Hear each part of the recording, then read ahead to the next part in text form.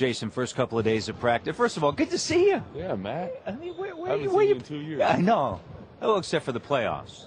Saw you in the playoffs, and we would see you like 3 times a year. Yeah, and then, you know, a little texting here and there. Short amount, yeah. And you only text me like throughout the playoffs because you want to try to get the scoop because you're a media guy. No, but wait a minute. I also texted you, too, when I was up here talking to the Raps, too, right? Yes, and you were driving across the country. Driving back home. Yeah, were you driving and texting at the same time? I thought that was illegal. I would never do that. Come on. What'd you do, Safety pull first. over? Buckle up. I pulled over. I saw it was you.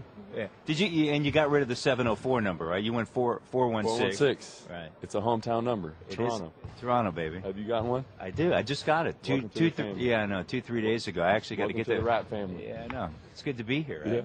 Yeah, definitely. Yeah. How you feeling? You feeling okay? Yeah, I'm feeling good. First couple of days is kind of nice. All right, let's talk about the first couple of days for you out here. What are your expectations coming into this season for yourself, not just the team?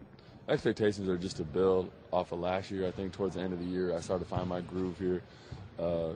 Started to find my role. I felt comfortable, getting to know our system, getting to know the guys and coach. So if I could just build off of that, then, that's what I'm going to try to do this year. When you talk about building off of that and your role, you think your role is going to change at all this year?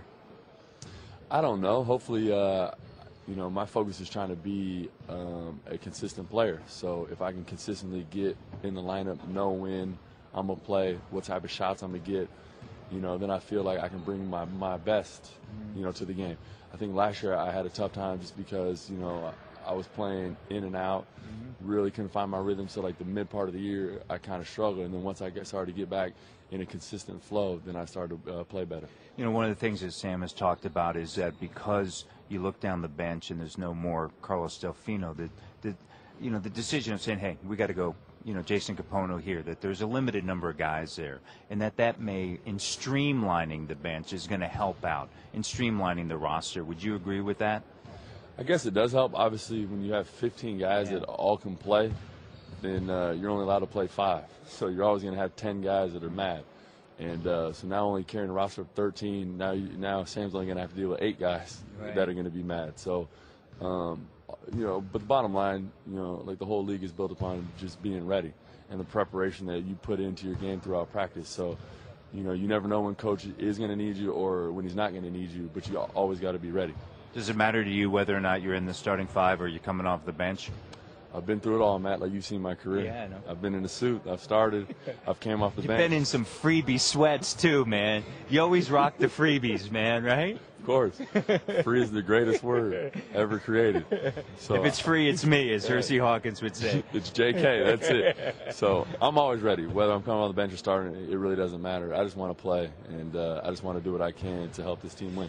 So many people talk about having the presence of a Chris Bosh as well as Jermaine O'Neal on the inside. What does that do for you, just knowing that, hey, I'm a shooter, and this is what I can do?